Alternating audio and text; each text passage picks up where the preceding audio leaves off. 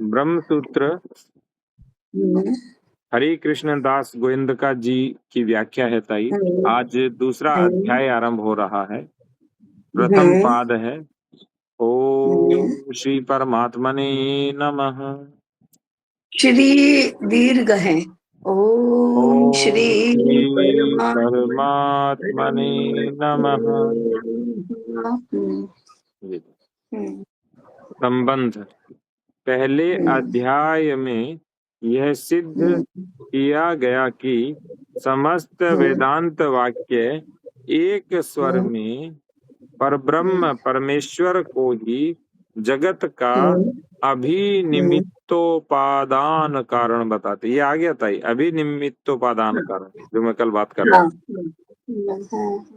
इसलिए उस अध्याय को समन्वयाध्याय कहते हैं। हाँ, समन्वयाध्याय। समन्वयाध्याय क्योंकि सबका समन्वय कर देते हैं। ब्रह्म ही संपूर्ण विश्व का कारण है। इस विषय को लेकर श्रुतियों में कोई मतभेद नहीं है।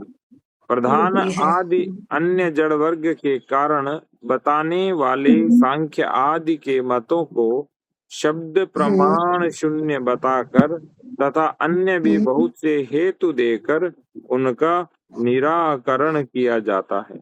अब यह सिद्ध करने के लिए कि श्रुतियों का न तो स्मृतियों से विरोध है और न आपस में एक श्रुति से दूसरी श्रुति का विरोध है, यह अविरोध नामक दूसरा अध्याय आरंभ किया जाता है।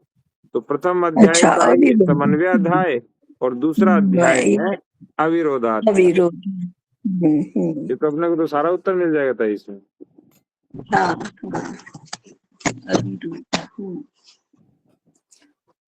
इसमें पहले सांख्यवादी की ओर से शंका उपस्थित करके सूत्रकार उसका समाधान करते हैं। और अच्छा, तो सांख्यवादी ताई शंका उत्पन्न करते हैं, फिर वो समाधान करते हैं। हाँ। चेत स्मृत्यनवकाश दोष प्रसंगः इति न अन्य स्मृत्यनवकाश दोष प्रसंगात्। स्मृत्यनवकाश दोष प्रसंग इति चेन्नान्य स्मृत्यनवकाश दोष प्रसंगात्। 2-1-1 स्मृत्यनवकाश दोष प्रसंग इति चैनान्य स्मृत्यनवकाश दोष प्रसंगा। यदि कहो प्रधान को जगत का कारण न मानने से सांख्य स्मृति को अवकाश या मान्यता न देने का दोष उपस्थित होगा, तो ऐसा कहना ठीक नहीं है, क्योंकि उसको मान्यता देने पर दूसरी अनेक स्मृतियों को मान्यता न देने का दोष आता है। अच्छा। व्याख्या। यदि कहा जाए कि प्रधान को जगत का कारण न मानकर ब्रह्म को ही माना जाएगा, तो सर्वज्ञ कपिल ऋषि द्वारा बनाई हुई सांख्य स्मृति को अवकाश न देने और उसे प्रमाण न मानने का प्रसंग आएगा। इसलिए प्रधान को जगत का कारण अवश्य मानना चाहिए।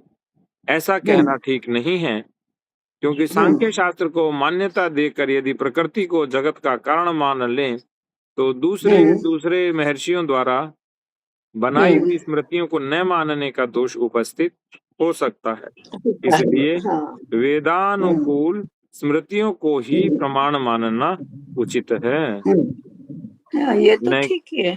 न कि वेद के प्रतिकूल अपनी इच्छा से अनुसार बनाई गई स्मृति को। दूसरी स्मृति में स्पष्ट ही जीताई।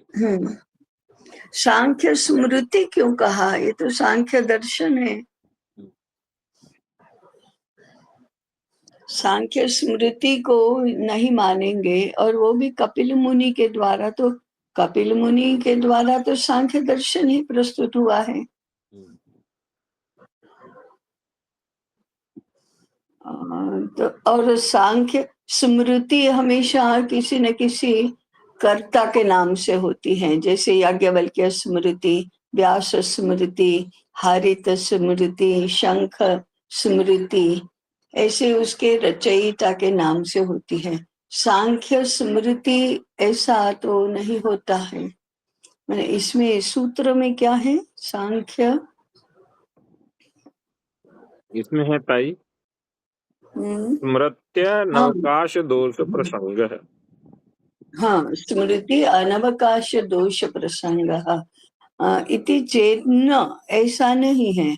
माने प्रधान को मूल कारण मानने से स्मृति को अमान्य करने का दोष उत्पन्न होता है, तो ऐसा नहीं है।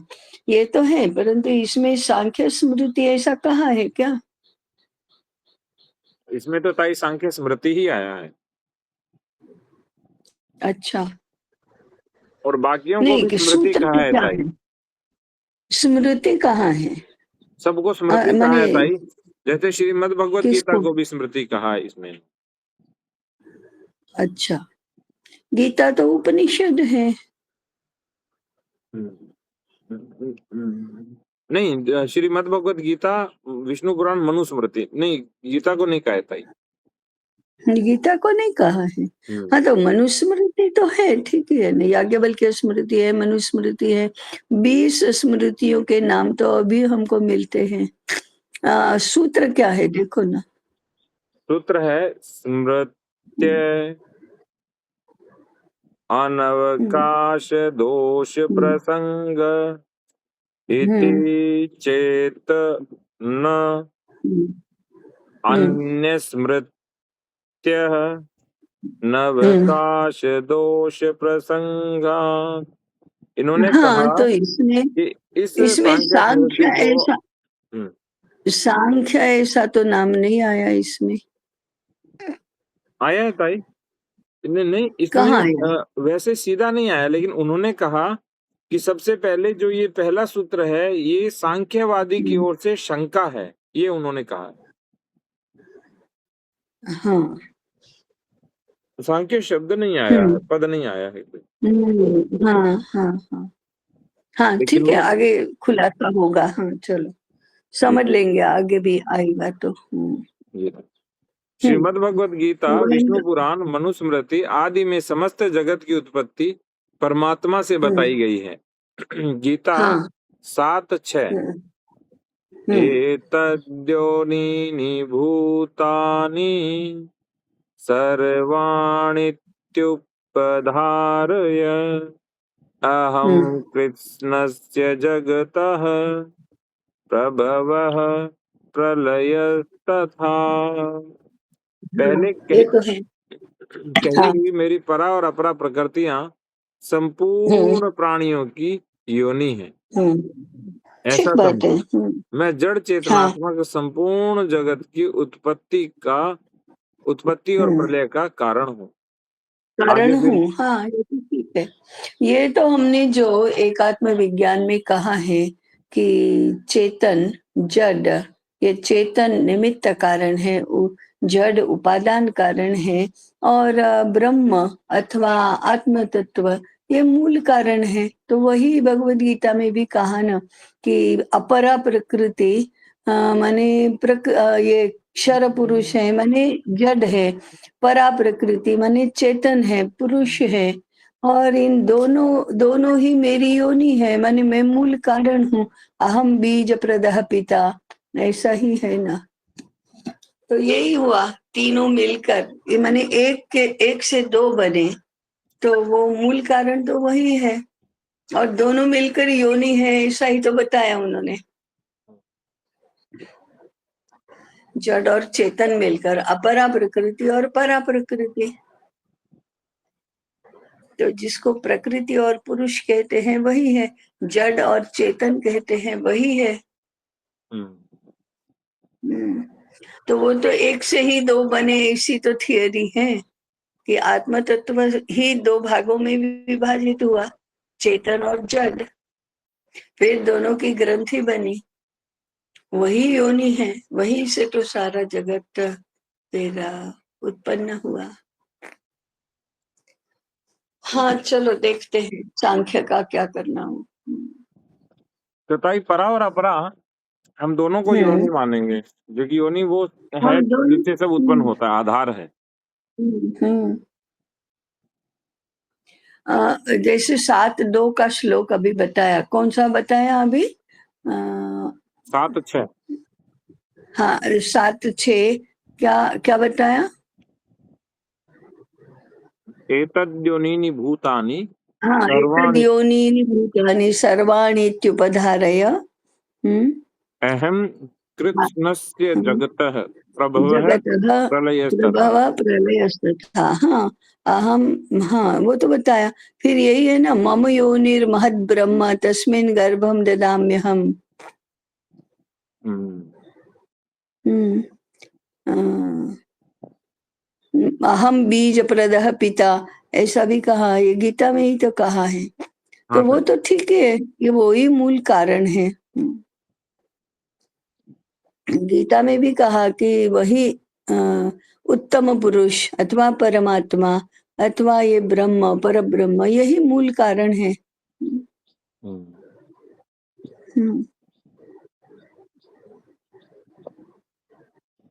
आगे दिए ताई, हाँ गीता 9:8 हाँ हाँ प्रकृतिं स्वामवष्टभ्य बीज, हाँ हाँ। विसृजामि पुनः पुनः हम्म। भूतग्राममिमं कृत्स्नम् अवश्यं हम्म प्रकृतेर्वशात्। मैं अपनी प्रकृति हम्म। का अवलंबन करके प्रकृति के वश हाँ से हाँ विवश हुए हाँ इस हाँ। समस्त भूत समुदाय को बारंबार नाना प्रकार से रचता हूँ। बिल्कुल फिर ठीक है। विष्णु पुराण में हम्म 1:31 में लिखा है, हम्म विष्णोः साकाशदुदभूतं हम्म जगत्त्रयीव च स्थितम् हम्म इति संयमकर्तासौ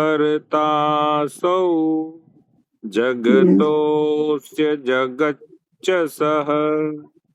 हम्म। यह संपूर्ण जगत भगवान विष्णु से उत्पन्न हम्म, हुआ है और हाँ उन्हीं में हाँ। स्थित है। वे इस जगत के पालन कर्ता, हम्म संहार करता और संपूर्ण जगत उन्हीं का स्वरूप है।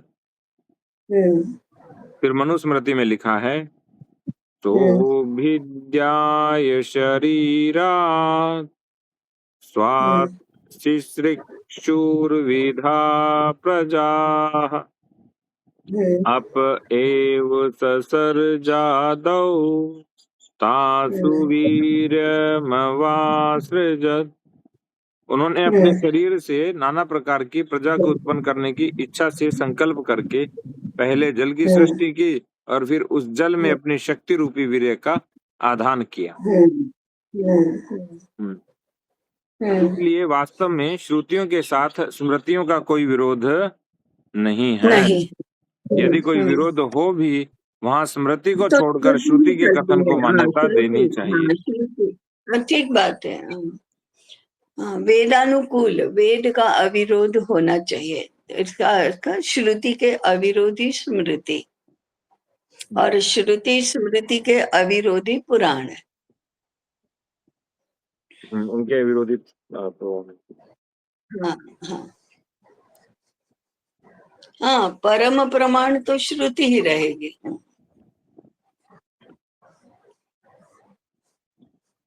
हाँ जी। तभी ताई आगे लिखा है, वेद और स्मृति के विरोध में वेद ही बलवान है। हाँ बिल्कुल ठीक है,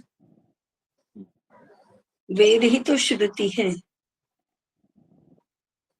तो ताई इस आधार पे तो चाहे विदेश में या यहाँ जो भी रचा गया हम्म।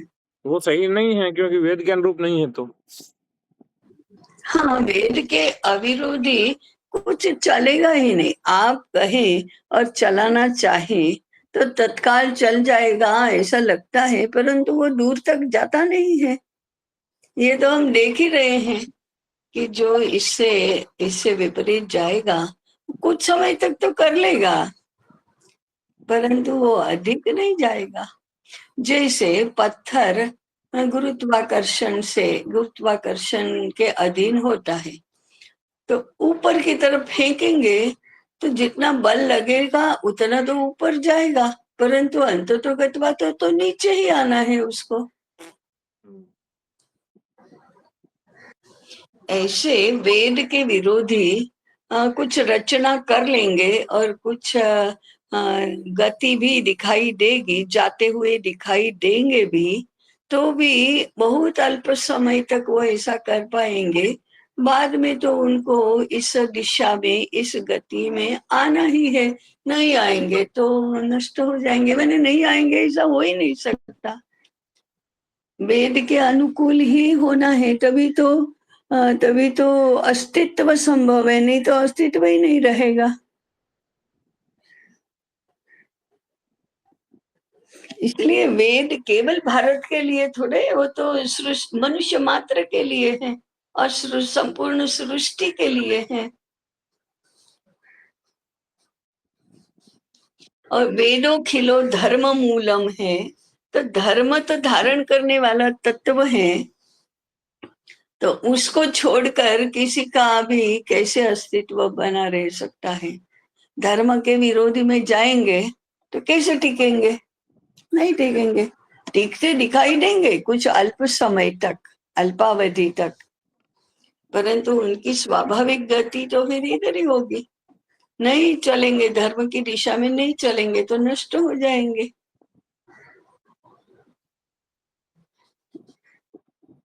अभी दिखाई भी दे रहा था ये अल्पावधि में टिक रहे हैं सब, नहीं तो भविष्य में तो टिक ही नहीं पाएंगे। अल्पावधि में ही है, नित्य टिकने वाले थोड़े बनेंगे, कैसे बन सकते हैं? मनुष्य यदि बहुत करामात करके शीर्षासन करके हाथों के बल, हाथों का प्रयोग पैर की तरह करके चलने का प्रयास करेगा तो कितना चलेगा? क्या पूरे जीवन भर वो हाथों के बल ही चलता रहेगा? ऑफिस में जाएगा उल्टा हाथों पर चलकर, रेलवे में जाएगा हाथों के बल चलकर, ऐसा जाएगा? कितना समय वो टिकेगा ऐसे? क्या शरीर की ये स्थिति और गति स्वाभाविक गति है? उससे क्या खाने पीने के लिए क्या उल्टा ही लटकेगा? उल्टा ही चलेगा? नहीं चलेगा ना। बाकी सारा व्यवहार करने के लिए तो पैरों पर ही चलना होगा ना उसको। बस ठान ही लिया कि नहीं, मैं तो हाथों के बल ही चलूंगा और मेरे पैर आकाश में ही होंगे, आकाश की तरफ होंगे, तो क्या करेगा? उसका जीवन व्यवहार कैसे चलेगा? नहीं चल सकता। हाँ, वो व्यायाम के लिए हो या प्रदर्शन के लिए हो, ऐसा कुछ देर तक हाथों पर उल्टा चलना दिखाएगा, प्रदर्शन करेगा। बाद में करेगा क्या? जीवन यापन के लिए क्या करेगा?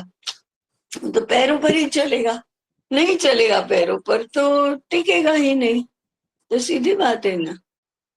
तो जो पर्यावरण का नाश कर करके समृद्ध होना चाहते हैं, कुछ काल तक तो उनकी समृद्धि दिखेगी, कुछ काल तक तो मजा आएगा, हाँ हाँ इतना अधिक, इतना अधिक, कितना समय के लिए?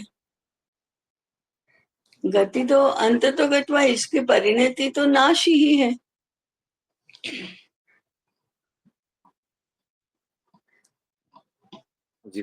इसीलिए हाँ, इसीलिए वो ऐसे नहीं चल सकता।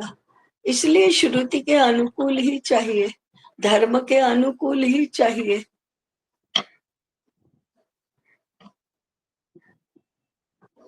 सही। अभी मैं सुन रहा था एक वीडियो हाँ, सुन रहा था जिसमें ये बताया था कि एक बच्चा कम पैदा करो, इतने मीट्रिक टन तुम कार्बन डाइऑक्साइड बचा लोगे। हाँ, और बचा कर क्या करेंगे? तो मैंने वो कार्बन डाइऑक्साइड उत्सर्जन करने से रोक दोगे, यानी पर्यावरण में जाने से। तो मैंने अच्छा, उसमें किसी ने मुझे भेजा, तो मैंने उनको उत्तर भेजा। मैंने कहा आप एक काम करो ना, उस बच्चे 10 पैदा करो, उनको धर्म सिखा दो, वो और अधिक ऑक्सीजन पैदा करेंगे। नहीं, वृक्षों को मत काटो, वृक्षों को कार्बन डाइऑक्साइड चाहिए ना। अब वृक्ष तुमको उस कार्बन डाइऑक्साइड को ऑक्सीजन में रूपांतरित करके देगा। तुम वृक्ष को काटोगे और फिर कहोगे कि मनुष्य को भी तो कम जन्म दो, ये तो नाश की गति है। और ताई सबसे बड़ी दोनों बात ये है, एक बच्चा पैदा, क्या दो है तो एक पैदा करो। यदि हाँ, एक पैदा हुआ एक तो है आपकी तो पीढ़ियां तो नाश ही हो एक जाएंगी। नाश ही होगा ना, नाश ही होगा।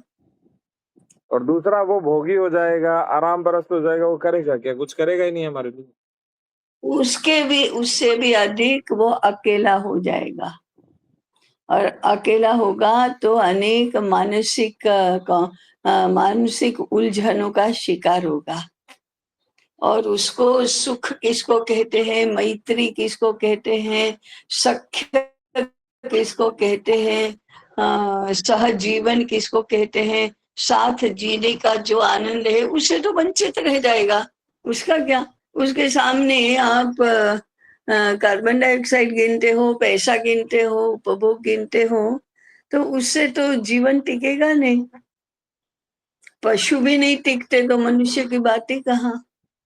जी ताई। संबंध।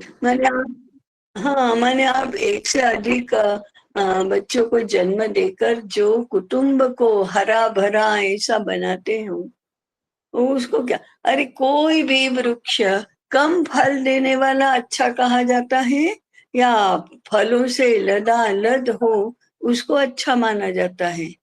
कौन सा अच्छा है? तो उतना तो होना ही चाहिए ना। ऐसी अगदी जीवनी शक्ति ही नहीं रही तो क्या फायदा है? फिर एक बच्चे को ही जन्म देने पर आप जीवनी शक्ति पूर्ण कर देंगे तो आपको तो व्यक्तिगत रूप से भी सुख नहीं मिलने वाला है, समाधान नहीं होने वाला है। और घर में यदि 3 ही प्राणी रहे और तीनों दिन में तो दिन का अधिकतम भाग तो अलग अलग ही रह रहे हैं परायों के बीच में, और इकट्ठे आते हैं तो खाने पीने के लिए और थक जाकर आते हैं, तो साथ में जीना कहाँ हुआ? तो आप तो आइसोलेशन वाली जिंदगी बना रहे हैं। मैंने तीनों के मुख यदि एक दूसरे से विरुद्ध दिशा में होते हैं तब 2 स्थितियां बनती हैं। आमने सामने भी होते हैं, अंदर की तरफ एक बार मैंने एक कार्टून देखा था, कार्टून क्या चित्र है, कि ऐसी पहेली थी कि एक खाने के लिए 4 घोड़े, 4 घोड़े हैं, चारों को खाने के लिए एक ही जगह पर घास रखी है। घास तो 4 घोड़ों के लिए पर्याप्त है, परंतु चारों घोड़ों के मुंह 4 दिशा में है, तो कैसे खाएंगे? तो किसी बुद्धिमान ने चारों घोड़ों को घास की तरफ मुंह करके खड़ा रख दिया चारों ओर, तो चारों का मुंह तो 4 दिशा में है ही ना, परंतु आमने सामने है, अंदर की तरफ है, घास की तरफ है। तो ये इसको कहते हैं कि एक दूसरे के अनुकूल हो जाना। ऐसा यदि कुटुंब में एक बच्चे से अधिक बच्चा ही नहीं रहा और माँ बाप यदि बाहर ही बाहर रहते हैं और बच्चे को भी सारा संगोपन आउटसोर्स ही करते हैं, तो वो सहजीवन कहाँ रहा? एक साथ तो जी ही नहीं रहे हैं, तो समाज कैसे बनेगा? और समाज नहीं बनेगा तो मजा ही नहीं आएगा जीने का। अकेले अकेले तो चाय पीने में भी मजा नहीं आता, कंपनी चाहिए, ऐसा हम कहते हैं। साथ मिलकर, साथ बैठकर चाय पियो। अकेले अकेले पीना, जिसको अच्छा लगता है उसको तो जीवन का रस ही नहीं मालूम है, रस ही नहीं चखा उसने।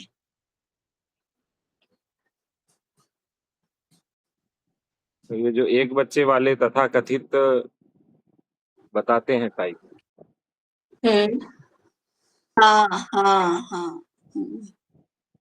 हाँ, तो जीवन को भौतिक स्तर पर ही जिसको देखना है और 25 वर्ष के बाद की नहीं दिखती हैं, 50 वर्ष के बाद की नहीं दिखती हैं, तो वो तो तत्काल लगता है कि हाँ बहुत अच्छा, आगे क्या होगा उसका भान ही नहीं है, तो क्या होगा, ऐसे ही होगा।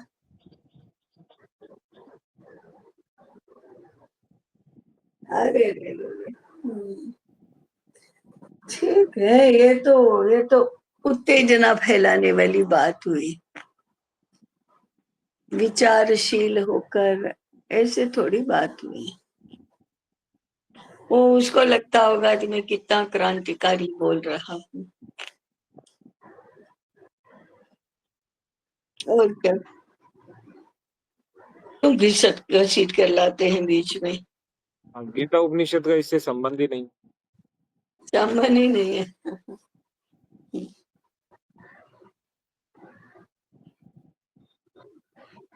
जीता हाँ चलो आगे बढ़ो। संबंध सांख्य शास्त्रोक्त प्रधान हम्म, हम्म, को जगत का कारण न मानने में कोई दोष नहीं है। हम्म, इस बात की पुष्टि के लिए दूसरा कारण उपस्थित करते हैं। हम्म। इतरेषां चानुपलब्धेः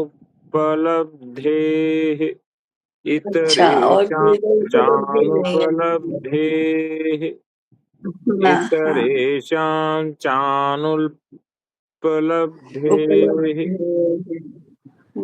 दो एक दो दूसरा सूत्र है।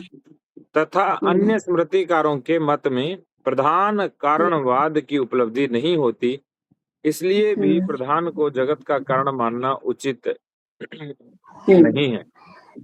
व्याख्या मनु आदि दूसरे स्मृतिकार उनके ग्रंथों में सांख्य शास्त्रोक्त प्रक्रिया के अनुसार प्रधान को कारण मानने और उससे सृष्टि के होने का वर्णन नहीं मिलता, इसलिए इस विषय में सांख्य शास्त्र को प्रमाण न मानना उचित ही है। संबंध सांख्य की सृष्टि प्रक्रिया को योग शास्त्र के प्रवर्तक पातंजल भी मानते हैं, अतः उनको मान्यता क्यों न देनी चाहिए। इस पर कहते हाँ, हैं एतेन योगः प्रयुक्तः एतेन योगः प्रत्युक्तः एतेन योगः प्रत्युक्तः। इस पूर्वोक्त विवेचन से योग शास्त्र का भी प्रत्युत्तर हो गया। व्याख्या उपयुक्त विवेचन तो से योग अर्थात क्या, इन्होंने इन्होंने प्रारंभ में क्या कहा, योग क्या कहता है? इस पूर्वोक्त विवेचन से योग शास्त्र का भी प्रत्युत्तर हो गया। नहीं नहीं, सूत्र के पहले कुछ लिखा है गोविंद का ने। संबंध सांख्य की सृष्टि प्रक्रिया को योग शास्त्र के प्रवर्तक पातंजल भी मानते हैं, अतः उसको मान्यता क्यों न देनी चाहिए। पतंजलि मानते हैं। क्योंकि सांख्य और योग तो ताई जुड़वा दर्शन है ना। सांख्य सिद्धांत है, योग व्यवहार है। अच्छा। सही है ताई। हाँ। उन्हीं पतंजल योग शास्त्र की भी उस मान्यता का निराकरण हो गया जिसमें उन्होंने दृश्य जड़ प्रकृति को जगत का स्वतंत्र कारण कहा है, क्योंकि अन्य विषयों में योग का सांख्य के साथ मतभेद होने पर भी जड़ प्रकृति को जगत कारण मानने में दोनों एक मत हैं। एक के ही निराकरण से दोनों का निराकरण हो गया। संबंध पूर्व प्रकरण में यह कहा गया है कि वेदानुकूल स्मृतियों को ही प्रमाण मानना आवश्यक है, इसलिए वेद विरुद्ध सांख्य स्मृतियों को मान्यता न देना अनुचित नहीं है। इसलिए पूर्व पक्षी वेद के वर्णन से सांख्य मत की एकता दिखाने के लिए कहता है न विलक्षणत्वादस्य तथा त्वं च शब्दात् न अस्य विलक्षणत्वात् च तथा त्वं शब्दात् न विलक्षणत्वादस्य तथा त्वं च शब्दात्। चेतन ब्रह्म जगत का कारण नहीं है, क्योंकि वह कार्य रूप जगत उस कारण से विलक्षण अर्थात जड़ है और उसका जड़ होना शब्द या वेद प्रमाण से सिद्ध है। श्रुति में परब्रह्म परमात्मा को सत्यम ज्ञानम अनंतम ब्रह्म, तैत्तिरीय उपनिषद इस प्रकार सत्य ज्ञान स्वरूप और अनंत आदि लक्षणों वाला बताया है और जगत को ज्ञान रहित विचारणीय अर्थात जड़ कहा है। अतः श्रुति प्रमाण से ही इसकी परमेश्वर से विलक्षणता सिद्ध होती है। कारण से कार्य का विलक्षण होना युक्ति संगत नहीं है, इसलिए चेतन परब्रह्म परमात्मा को अचेतन जगत का उपादान कारण नहीं मानना चाहिए। संबंध यदि कहो, ये मुझे लगता है ये कौन हरे कृष्ण गोयंद का है ना। इनके भाष्य में बहुत मजा नहीं आता है। माने कैसे ये प्रकृति जड़ है, ये तो बात ठीक है बिल्कुल। अगर उसको सांख्य भी पुरुष और प्रकृति दोनों को ही मानता है, तो प्रकृति ही यदि कारण है संपूर्ण विश्व का, तो पुरुष को क्या करना है उसमें फिर? पुरुष की क्या भूमिका है? पुरुष और प्रकृति दोनों ही तो है, तो पुरुष को क्या, पुरुष की भूमिका क्या है फिर? और यदि शेश्वर सांख्य है, तो ईश्वर की क्या भूमिका है फिर? और ईश्वर को ही कारण माना, तो पुरुष और प्रकृति को करना क्या है फिर? उनकी भूमिका क्या है? ये तो स्पष्ट नहीं हुआ। तो सांख्य दर्शन भी ऐसा नहीं कहेगा, पुरुष की कोई भूमिका ही नहीं रहेगी, ऐसा कैसे कहेगा? मैंने अभी मुझे स्पष्ट होना ही है, और मैं तो सिंपल लॉजिक लगा कर कह रही हूँ कि प्रकृति को ही कारण मान लिया जगत का, तो फिर पुरुष का क्या स्वारस्य है? वो है ही क्यों फिर? ये तो नहीं कह सकते आपकी प्रकृति से ही पुरुष की उत्पत्ति हुई, ये तो सांख्य भी नहीं कहता है और कोई नहीं कह सकता। तो पुरुष से प्रकृति की उत्पत्ति हुई, ये भी कोई नहीं कहेगा, सांख्य दर्शन भी नहीं कहता है। और ये बात जरूर है कि प्रकृति के विकार के रूप में ये सारे आए, कि उसमें क्या है, एक सांख्य दर्शन में एक प्रकृति है, फिर 16 प्रकृति विकृति है। मैंने प्रकृति विकृति कैसे, तो प्रकृति से बना, फिर उससे ये बना, तो उसके आगे वो और 16 और एक 17, एक 18 और 7, 25 होता है। तो पंच महाभूत केवल विकृति है। केवल विकृति कैसे? उससे आगे कुछ नहीं बनता है। परंतु समझो पंच तन्मात्रा है, तो वे प्रकृति विकृति है, क्योंकि प्रकृति से जिससे बने, हाँ जिससे बने हैं उसकी तो विकृति है। उससे पंचमहाभूत बने तो वह उसकी प्रकृति है। ऐसे वर्णन, तो प्रकृति से ही ये सारा बनता गया प्रकृति ही ये सब बनती गई। परंतु उसके लिए निमित्त कौन बना? तो पुरुष। जब तक पुरुष नहीं है निमित्त कारण के रूप में, तब तक प्रकृति में विकृति होती ही नहीं है। प्रकृति में से कोई भी परिवर्तन होता ही नहीं है, रूपांतरण होता ही नहीं है। ये तो सांख्य का भी सिद्धांत है, और ये तो वेदांत का भी सिद्धांत है, हमारा सृष्टि रचना का भी सिद्धांत है कि चेतन और जड़ दोनों की मिलकर भूमिका है। चिज्जड़ ग्रंथि, ये कौन से दर्शन की परिभाषा है फिर? होनी तो चाहिए वेदांत की ही, आगे आनी भी चाहिए। मेरा ऐसा अनुमान है कि आगे चिज्जड़ ग्रंथि ये शब्द, ये शब्द आएगा। चेतन और जड़, ये दोनों में से एक को भी कोई भी दर्शन नकारता नहीं है,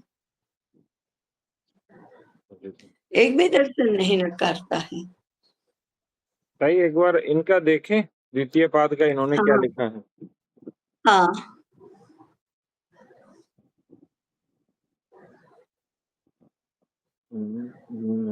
द्वितीय अध्याय का प्रथम पाद उन्होंने लिखा है, स्मृत्य विरोध अभिनिमित्तो पादानत्व निरूपण। तो ये यदि कोई कहे कि स्वतंत्र प्रधान कारणवाद के नहीं मानने से सांख्य स्मृति की अनवकाशता या निष्फल दोष की प्राप्ति होती है, तो यह कहना ठीक नहीं, क्योंकि उक्त वाद के मानने से अन्य अनेक स्मृति की अनवकाशता प्राप्त होती है। ये तो अभी पढ़ा हमने। इसको मानेंगे तो अन्य अनेक स्मृति श्रुतियों को नहीं मानने का दोष आएगा। गीता को नहीं मानना, उपनिषद को नहीं मानना, ऐसा हो जाएगा एक को मानने से। तो ये भी ठीक नहीं है। गीता को ना माने ऐसा कैसे हो सकता है, उपनिषदों को न माने ऐसा कैसे हो सकता है। परंतु फिर जैसे वेदांत दर्शन के लिए प्रस्थान त्रयी माने प्रमाण ग्रंथ है, ब्रह्म सूत्र, उपनिषद और भगवद गीता, उस प्रकार से सांख्य दर्शन के प्रमाण ग्रंथ कौन से हैं ये मुझे तो नहीं मालूम, आपको पता है? सांख्य सूत्र होगा। हाँ, फिर सांख्यकारी का है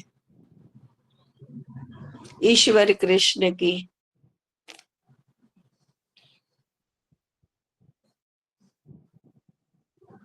हम पढ़ते थे ताई ईश्वर कृष्ण की सांख्यकारी का। हाँ हाँ, सांख्यकारी का। हाँ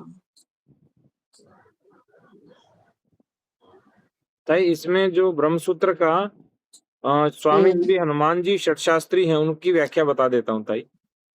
हाँ, सांख्य अर्थात विवेक ज्ञान और योग से अभिपन्न योगियों मुनियों से ज्ञात उस कारण स्वरूप देव को जानकर सब बंधनों से मुक्त हो जाता है और योग से उस परमात्मा की सूक्ष्मता, सर्वात्मता, अंतर्यामिता को समझे इत्यादि अनेक श्रुति स्मृति से योग की मान्यता प्रसिद्ध है। उसकी मान्यता का निषेध नहीं हो सकता। इससे सांख्य के प्रधान कारणवाद के निषेध होने पर भी योग का शैश्वर प्रधानवाद श्रुति सम्मत है। हाँ, ऐसा कोई जिज्ञासु न समझ ले, इसलिए इस सूत्र से योग शास्त्र के प्रधान कारणादि मात्र का निराकरण किया गया है। योग चित्त वृत्ति निरोध का नहीं, और इसी प्रकार प्रधानगत तीन गुणों से जो गुण प्रधान योग या संयोग को ही सृष्टि का कारण माना गया है, उसका निषेध किया गया। चित्त शक्ति के बिना वह संयोग हो नहीं सकता। हाँ, हो नहीं पाता। वही तो है कि चित्त शक्ति माने चेतन, और असंग आत्मा का जो सांख्य योग में स्वीकार किया गया है, सो श्रुति अनुकूल है। इससे उन अंशों में उन्हें चरितार्थता भी है इत्यादि। प्रथम स्मृति निमित्त विरोध का निराकरण करके अब तर्क निमित्तक विरोध के परिहार या निराकरण के लिए प्रथम पूर्व पक्ष किया गया है, अर्थात ब्रह्म कारणवाद का निषेध किया गया है। ताई इन्होंने स्पष्ट किया है कि ये जो है ना, ये प्रकृति को ब्रह्म कारणवाद माना है, इसका निषेध है। तो योग और सांख्य दर्शन या स्मृति का निषेध नहीं है। नहीं है। हाँ, क्योंकि बता रहे हैं कि तो सब मानते हैं। हम कहते हैं, गीता में भी कहा है, कार्य करण कर्तृत्वे हेतु प्रकृति रुच्यते। कार्य कारण भाव माने किस कारण से कौन सा कार्य हुआ, किस मूल से किस आगे शाखा का अंकुर का जन्म हुआ। ऐसा जो पूरी जगत की रचना है कि प्रकृति से 3 गुण बने, प्रकृति से पंच महाभूत बने, फिर पंच महाभूत में आकाश बना, फिर आकाश से वायु बना, वायु से तेज बना, फिर इधर त्रिगुण है तो सत्व रज तम बने, सत्व रज तम से बुद्धि मन और अहंकार बने। ये जो बनता गया तो मूल कारण से कार्य का, फिर कार्य ही कारण है, उससे कार्य, तो कार्य कारण रचना की श्रृंखला पूरी बनी। इसका मूल तो प्रकृति है। भिन्ना प्रकृति अष्टधा, 8 आयामों वाली प्रकृति है। तो कार्य करण कर्तृत्व, कार्य कारण भाव का जो मूल है वो तो प्रकृति है। हेतु प्रकृति रुच्यते, परंतु पुरुषः सुख दुखानां भोक्तृत्वे हेतु रुच्यते। पुरुष है वो इन सब का भोक्ता है। जो भी सुख दुख इस कार्य कारण भाव से जो जगत बना, उसमें जो भी सुख दुख है उसका भोक्ता तो अंत तो गत्वा पुरुष है। कर्ता भोक्ता महेश्वर, ये भी बताया कि अंत अंत तो गत्वा कर्तृत्व भाव भोक्तृत्व भाव ये तो पुरुष में है। इसलिए पुरुष निमित्त कारण है, प्रकृति उपादान कारण है। कार्य कारण कर्तृत्व उसमें जो हेतु है वो उपादान कारण है। तो प्रसिद्ध उदाहरण कुम्हार और घड़े का बताते ही है ना, कि मिट्टी है, मिट्टी से घड़ा बनता है, जो भी बनाते जाओ वो बनेगा। परंतु बनाने वाला कुम्हार नहीं हुआ तो मिट्टी अपने आप में नहीं बन सकती। मिट्टी चाहे कि मैं घड़ा बन जाऊं तो नहीं बन सकती। पुरुष ही मिट्टी से घड़ा बना सकता है, और पुरुष कहे कि मैं घड़ा बनाऊं तो नहीं बना सकता। मिट्टी होगी तभी घड़ा बनेगा। तो जगत के कारण रूप तो प्रकृति और पुरुष दोनों बने, और प्रकृति उपादान कारण है और पुरुष निमित्त कारण है। परंतु इन दोनों का मूल परब्रह्म परमात्मा है। ये थियरी, इसके विरोध में कौन है? कोई भी दर्शन नहीं है, कोई भी शास्त्र नहीं है, क्योंकि ये तीनों जो संज्ञाएं हैं वो दर्शनों में आती ही है। वेदांत दर्शन में भी आ रही है, सांख्य में भी आ रही है ना। ईश्वर तो योग शास्त्र में भी है। क्लेश काय कर्म क्या क्लेश काय अपरामृष्टः पुरुष विशेष ईश्वर। पुरुष विशेष तो कहा तो गीता में वही तो उत्तम पुरुष कहा। यस्मात् क्षरम अतीतो हम अक्षरादपि चोत्तमः अतोस्मि लोके वेदे च प्रतितः पुरुषोत्तमः। और इधर पुरुष विशेष कहा, और शेश्वर सांख्य में भी वो ईश्वर ही आता है। और ईश्वर के बाद भी पुरुष और प्रकृति ही आता है। पुरुष और प्रकृति वेदांत में भी है। जी ताई। तो ऐसे कैसे विरोध हो जाएगा? भगवद गीता का भी विरोध नहीं है। इन्होंने क्योंकि सांख्य को ताई केवल प्रकृति को या जो प्रधान को मूल कारण मान करके आगे व्याख्या कर दी, जबकि जो दूसरे हैं, दूसरे जो वह हनुमान जी ईश्वर उपादान, शास्त्री हैं, उन्होंने अलग तरह से व्याख्यायित किया है। उपादान कारण है। कारण तो है ही, परंतु मूल कारण नहीं है, पर उपादान कारण है। उपादान कारण है तो फिर निमित्त कारण तो होना ही चाहिए। इसलिए पहले भी प्रथम अध्याय में ब्रह्म को दोनों ही कारण बताया, उपादान और निमित्त दोनों ही मैं हूँ। ब्रह्म दोनों ही है तो ठीक बात है ना। पुरुष ब्रह्म स्वयं यदि जगत बना है तो अपनी शक्ति से ही वो जगत बना है, तो अपनी शक्ति माने चेतन है, और अपने से ही बना है तो वो प्रकृति है, वही उपादान कारण भी है और निमित्त कारण भी है। वो तो तैत्तिरीय उपनिषद में थी बताया ना, स एको हम बहु श्याम प्रजा ये इति। मैं एक हूँ, एक का बहु हो जाऊं, तो वो स्वयं उपादान कारण हुआ कि नहीं? जी ताई। सह तपस्तप्त्वा, तप करने से जो उसको शक्ति मिली है, उससे वह एक से अनेक बना, एक से बहु बना, तो निमित्त कारण हुआ। तो निमित्त कारण और उपादान कारण दोनों ही ब्रह्म में है, परंतु ब्रह्म के बाद वो पुरुष और प्रकृति बन गए, तो ब्रह्म तो वैसा का वैसा रहा, और ये दोनों जो है एक निमित्त कारण उपादान कारण बन गए। परब्रह्म वो मूल कारण है,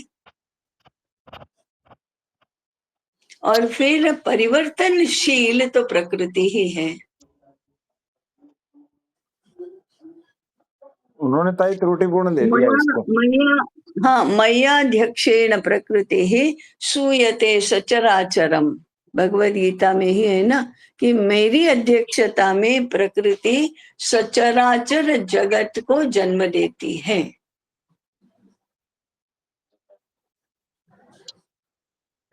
तो प्रकृति से ही तो जगत बना, लेकिन वह उपादान कारण है, उसका निमित्त माने उसका अध्यक्ष तो पुरुष है, अर्थात मैं हूं, यही बताया भगवान ने। मयाध्यक्षेण प्रकृति ही सूयते सचराचरम।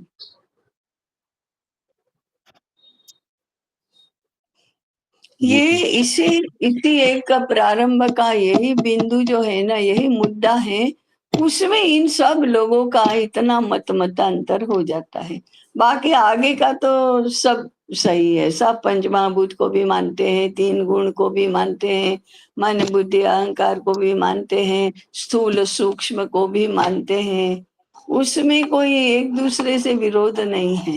ये भी विरोध नहीं है, व्याख्याकार जो होते हैं ना, वो विरोध करके, नहीं ये इसका ऐसा नहीं है, इसका ऐसा नहीं है, ये इससे मिलता नहीं है, ये इससे मिलता नहीं है, ऐसा कहते हैं।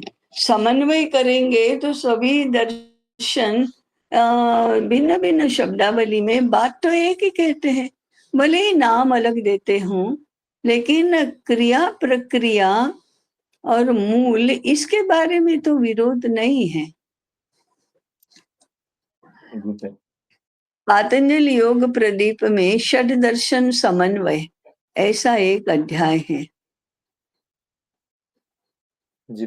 मैंने हाँ 6 दर्शनों की एक वाक्यता मैंने समन्वय किया है।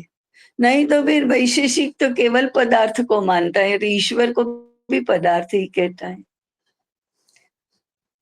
तो फिर वेदांती कहेगा भाई नाम तुम कुछ भी दो, पदार्थ कहो या ब्रह्म कहो, तो एक ही है।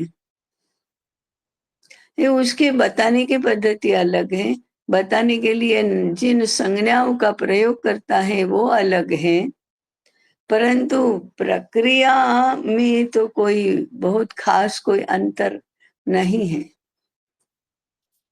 ऐसा ही है ताई, प्रक्रिया में अंतर नहीं है, हाँ, लेकिन अंतर जैसे ही नहीं शब्द है। परिवर्तन होता है वो अपने दर्शन या अपने अपनी स्मृति से या उपनिषद से उसे संबंधित कर लेते हैं पुष्ट करने और लगते उसका हैं। अर्थ वो निकाल लेते हैं, न कि उसका सांदर्भिक या उसका जो उस दर्शन विशेष का अर्थ है वो निकालते।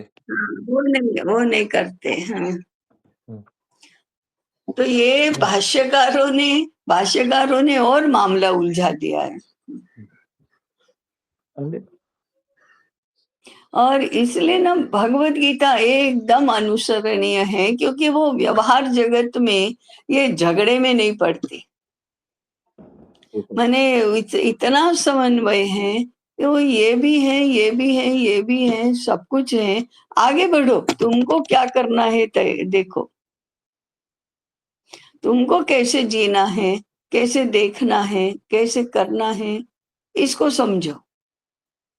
वो शास्त्र भी बताती है, मूल सिद्धांत भी बताती है, परंतु समन्वय को कहीं पर भी छोड़ा नहीं भगवत गीता ने उलझाया नहीं। वो सुलझाने के लिए ही है, तो उलझाएगी कैसे?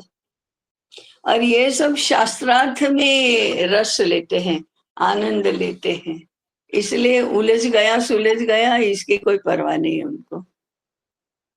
और फिर उनका अभिनिवेश हो जाता है। श्रेष्ठता सिद्ध करते हैं। हाँ, श्रेष्ठता सिद्ध कर। कल ही वो अभिनिवेश वाला सूत्र हमने पढ़ा, या स्वर स्वाही विदुषोपि तथा रूढ़ाभिनिवेश। एकदम रूढ़ हो गए, स्वर स्वाही मैंने अपनी इतनी उसके साथ तादाद में हो गया कि विद्वान भी उसी प्रकार से मानने लगते हैं और वो उसमें रूढ़ ऐसे हो जाते हैं। इसको अभिनिवेश बोलते हैं।